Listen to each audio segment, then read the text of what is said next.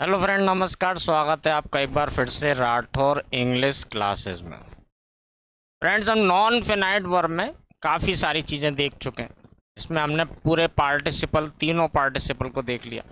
Present participle, past participle और perfect participle. इसके अलावा हमने इन्फिनेटिव में फ्रेंड टू इन्फिनेटिव को भी देख लिया है।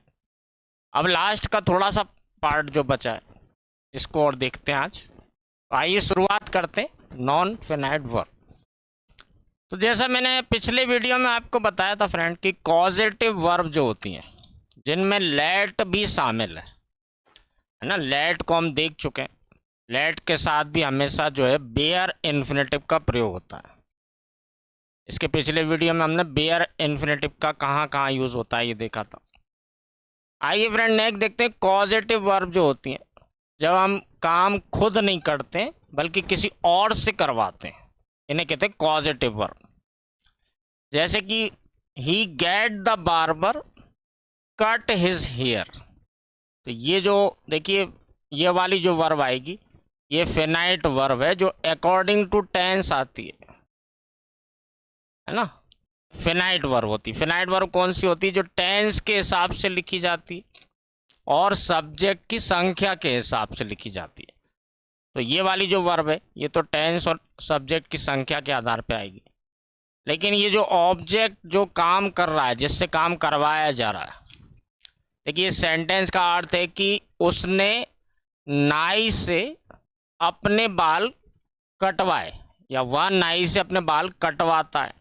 तो काटने वाला कौन है? नाई। तो ये जो ऑब्जेक्ट आता है, जो क्रिया करता है, इसके बाद ये जो वर्ब आती है, ये बेयर इन्फिनेटिव होता है। ठीक है ना।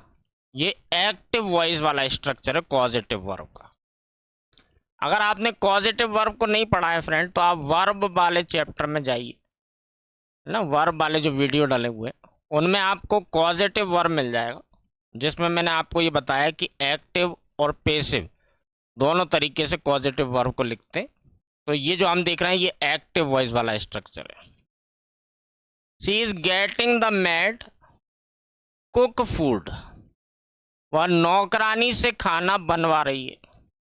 ये जो है ये बेयर इन्फिनेटिव है, यानी कि first form. He will make the driver wash his car. ये है बेयर इन्फिनेटिव। वह ड्राइवर से कार धुलवाएगा। I am having the servant bring tea. मैं नौकर से चाय मंगवा रहा हूं। She made the boy clean the room. उसने लड़के से कमरा साफ करवाया।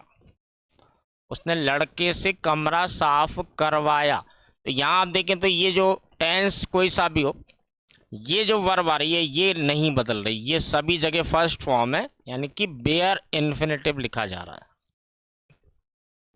नेक्स्ट उदाहरण देखिए friends. Sonam made him to cook food. Sonam ने उससे खाना बनवाया। तो यहाँ देखिए, अगर टू लगा देंगे तो ये गलत हो जाएगा, क्योंकि ये कॉजेटिव वर्ब है ना। कॉजेटिव स्ट्रक्चर में बेयर इन्फिनेटिव आता है, टू प्लस वी वन नहीं आता है। ये आपको ये चीज़ को समझना है। आई heard him start the car. देखिए स्टार्ट, टू स्टार्ट नहीं आएगा, या स्टार्ट्स में एस भी नहीं लगेगा। बेयर इन्फिनेटिव का मतलब ही होता है जब इसके पहले कुछ नहीं आता है वर्ब के, और बाद में भी कुछ नहीं आता है, तो ही इसको कहते हैं bare infinitive. I heard him start the car. मैंने उसे कार चालू करते हुए सुना। आइए नेक्स्ट देखिए फ्रेंड, कुछ ये फ्रेजेस हैं, है ना। ये फ्रेजेस हैं जिनके साथ बेयर इन्फिनेटिव को लिखा जाता है।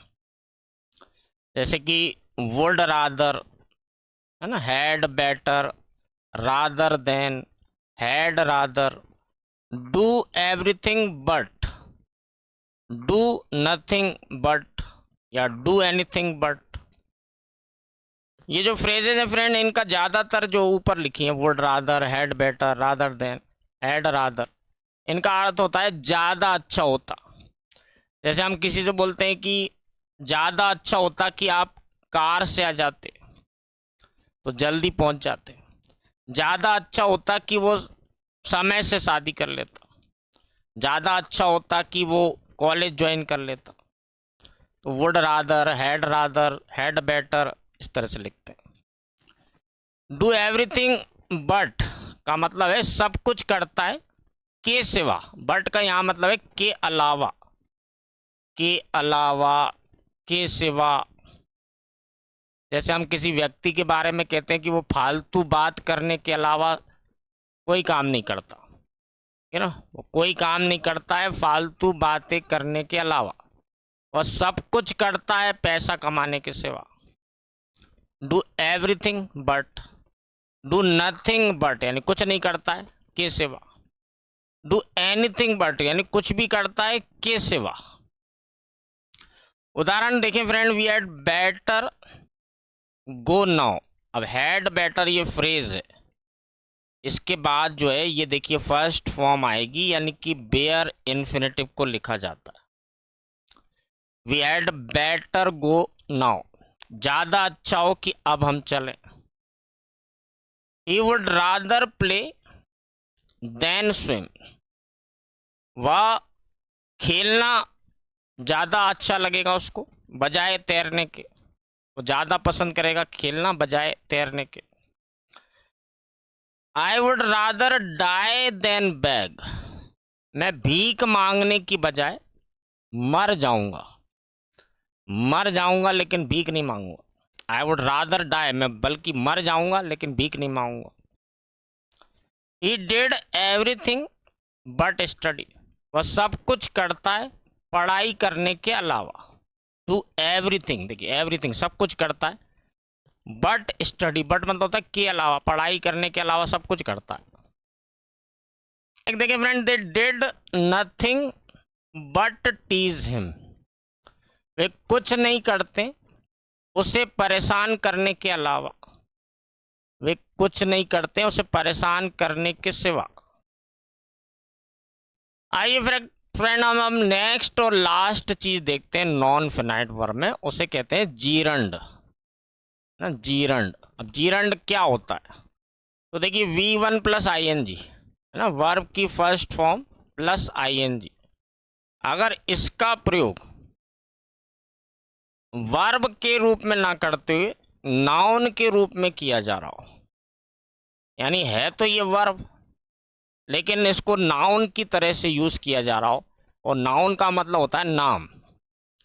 उदाहरण के लिए देखें फ्रेंड, तो वॉशिंग मशीन, वॉशिंग क्या है V1 प्लस ING है, लेकिन यहाँ कोई क्रिया नहीं हो रही है, ये तो एक मशीन का नाम है, वॉशिंग मशीन है ना। बेकिंग पाउडर, तो बेकिंग पाउडर ये नाम है एक प्रकार के पाउडर का। स्विमिंग पूल नाम है, ठीक है ना, एक तालाब होता है जिसमें तैरने के लिए बनाया जाता है, तो उसको कहते हैं स्विमिंग पूल। तो ऐसे बहुत सारी जगह V1 प्लस ING को नाउन के रूप में लिखा जाता है, जैसे पेंटिंग ब्रश, ड्राइंग बुक है ना, तो नाम है ये चीज़ का। ड्राइंग क्लास, डांसिंग, जैसे कह सकते हैं डांसिंग करेक्टर। सैकड़ों जगह फ्रेंड V1 प्लस ING को नाउन के रूप में लिखा जाता है, तो इस स्थिति में इसे कहते हैं जीरंड। अगर ये नाउन के रूप में लिखा जा रहा है V1 प्लस ING, क्योंकि इसके पहले प्रेजेंट पार्टिसिपल में भी हमने देखा था कि V1 प्लस ING को प्रेजेंट पार्टिसिपल भी कहा जाता है, लेकिन वहाँ उससे वर्ब के रूप में लिखते हैं। वर्ब होती है और वर्ब का ही काम करती है, तो प्रेजेंट पार्टिसिपल वर्ब है लेकिन नाउन का काम कर रही है, तो फिर कहते हैं जीरंड। आइए हम देखते हैं कि जीरंड का उपयोग यानी प्रयोग कहाँ कहाँ किया जाता है। तो पहला आप देखें कि सब्जेक्ट के रूप में बहुत सारी जगह जीरंड को लिखा जाता है। जैसे आपने ये सेंटेंस हजारों जगह लिखा हुआ देखा होगा, smoking is injurious to health.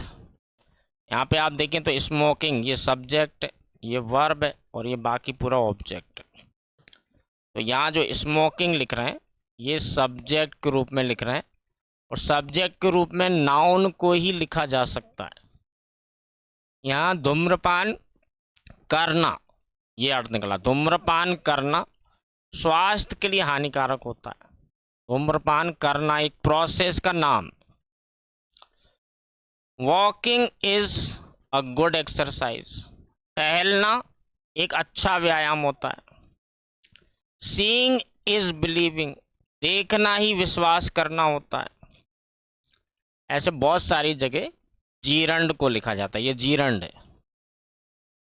Friend, जैसे मैंने आपको बोला था कि ये नॉन फिनाइट वर्ब जो किताबों में दिया रहता है, उसकी लैंग्वेज कई बार इतनी कठिन रहती है कि बच्चे घबरा जाते हैं, उकता जाते हैं, बोर हो जाते हैं, है ना, तो उसको पढ़ना ही बंद कर देते हैं। मेरी कोशिश ये है कि मैं किताबी भाषा का उपयोग कम से कम करूं और आपको एक सरल और व्यवहारिक भाषा में ये चीज़ें समझाऊं।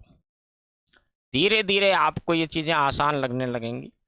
जब एक बार आपको ये समझ में आने लगेगा, तब फिर उसके बाद आप किताब पढ़ेंगे तो फिर वो आपको ना तो कठिन लगेगा और ना बोरिंग लगेगा। तो ये कुछ वर्ब हैं फ्रेंड, जिनके बाद जीरंड को लगाया जाता है ना, जैसे mind, enjoy, dislike, deny, avoid, है ना, admit, appreciate, stop, excuse, propose, और भी होती हैं, लेकिन मैंने खास खास चुन के ही निकाली। उदाहरण देखें, they proposed going for a walk, उन्होंने प्रस्ताव दिया टहलने के लिए जाने का, टहलने के लिए जाने का प्रस्ताव दिया। She stopped painting the wall, उसने दीवार को पेंट करना बंद कर दिया। ही अवॉइडेड आस्किंग एनी क्वेश्चन, ठीक है ना, उसने नज़रअंदाज किया कोई भी सवाल को पूछना। They did not mind sitting there, ठीक है ना, उन्हें बुरा नहीं लगा वहाँ पर बैठना। I don't mind coming with you, मुझे बुरा नहीं लगेगा आपके साथ आने में। आई स्टॉप्ड स्मोकिंग, है ना, मैंने धूम्रपान करना बंद कर दिया है। ऐसे फ्रेंड वर्ब को रटने की ज़रूरत नहीं है, इनका यूजेज जितना ज़्यादा उपयोग आप देखेंगे तो आपको धीरे धीरे याद हो जाएगा कि ये वर्ब हैं जिनके साथ जीरंड लगाया जाता है। कुछ और उदाहरण देखते हैं friend. They denied accepting my proposal, उन्होंने मेरा प्रस्ताव स्वीकार करने से इनकार कर दिया। We avoid meeting the collector, हम कलेक्टर से मिलना की उपेक्षा करते हैं या बचते हैं कलेक्टर से मिलने से। He was stopped coming inside the room, उसे रोक दिया गया कमरे के अंदर आने से।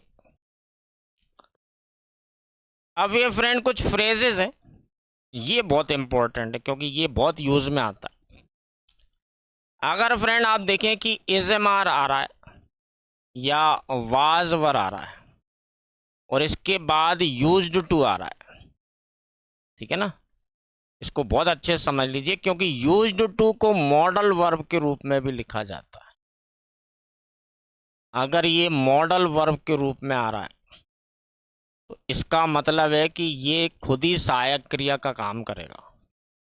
जैसे can, could, should, would, may, might, इस तरह की मॉडल वर्ब होती हैं, ऐसे यूज्ड टू भी एक मॉडल वर्ब है। तो मॉडल वर्ब का पहचान कैसे होगी कि ये अकेला आएगा, जैसे लिखा ही यूज्ड टू स्मोक, तो ये पहली बात तो पास्ट की रिपीटेड एक्शन को बताता है। इसका मतलब है कि वह धूम्रपान किया करता था, यानी पहले करता था अब नहीं करता, ठीक है ना। लेकिन अगर इज़मार के बाद यूज्ड टू आ रहा है या वाज वर्ब के बाद यूज्ड टू आ रहा है तो एक फ्रेज के रूप में लिख रहे हैं, फिर ये मॉडल वर्ब नहीं है। तो ऐसी स्थिति में फ्रेंड इनमें से कोई भी जो आएगा इसके बाद हमेशा जीरंड आएगा, यानी कि V1 + ing आएगी। अगर इज़मार के बाद यूज्ड टू लिखा जाता है तो इसका मतलब निकलता है कि उसे कोई पर्टिकुलर काम करने की आदत है ना। जैसे अपन कहें कि he is used to stay alone, उसे अकेले रहने की आदत है। तो वर्तमान में भी यूज कर रहे हैं। देखिए इज एम आर आ रहा है, इससे ही पता चल रहा है कि प्रेजेंट टेंस है। अब होता क्या है, यूज्ड टू जब भी हम देखते हैं तो हमें मॉडल वर्ब याद आ जाता है।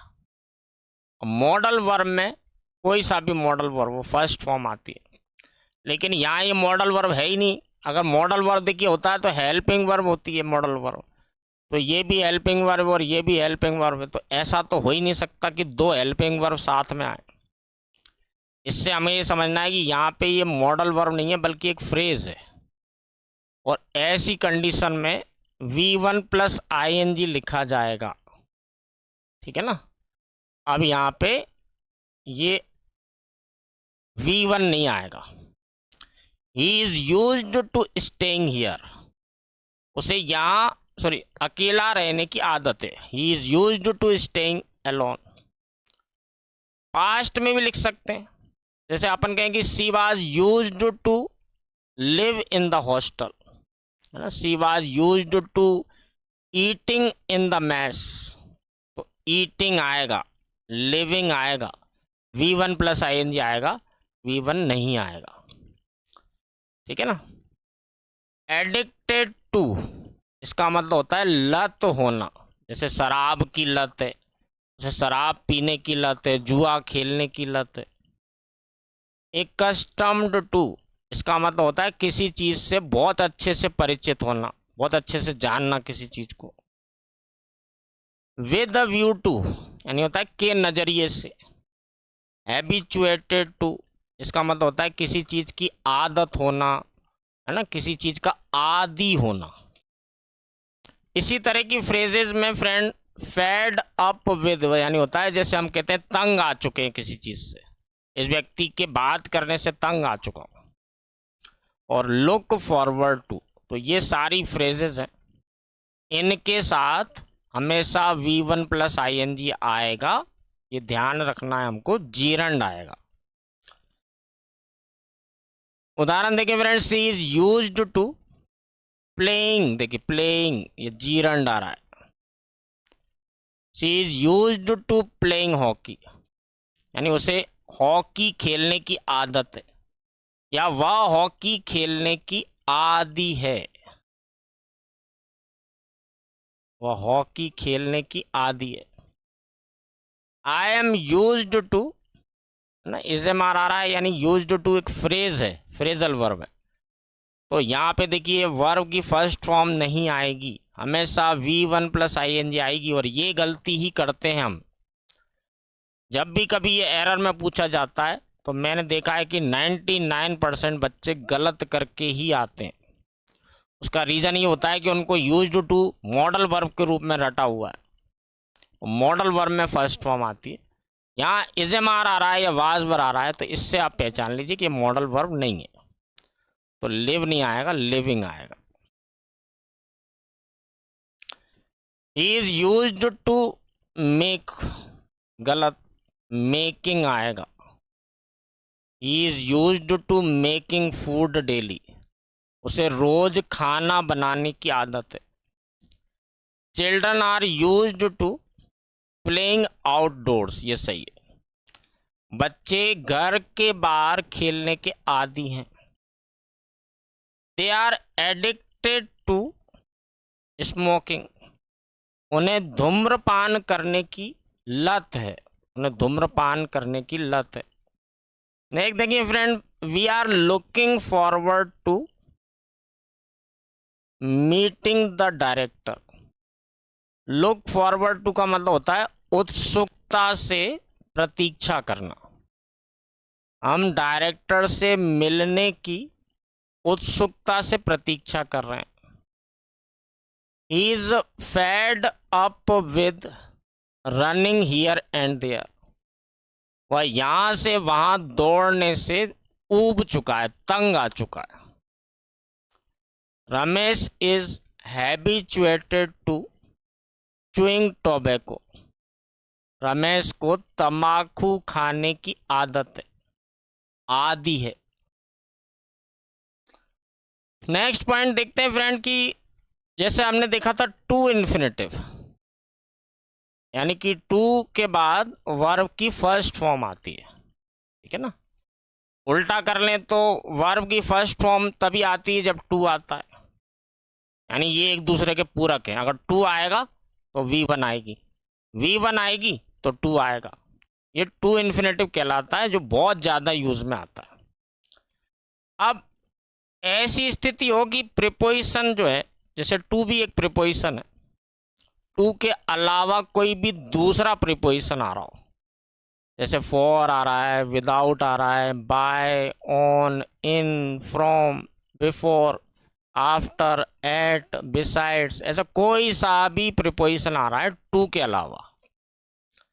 अच्छे से ध्यान से समझ लीजिए कि टू के अलावा कोई भी दूसरा प्रीपोजिशन आ जाए तो फिर V1 नहीं आएगा, फिर आएगा जीरंड, यानी कि V1 प्लस ING आएगी। टू आएगा तो V1 आएगा, और टू नहीं आएगा कोई भी दूसरा प्रीपोजिशन आएगा तो फिर V1 प्लस ING आती है, इसे जीरंड कहा जाता है।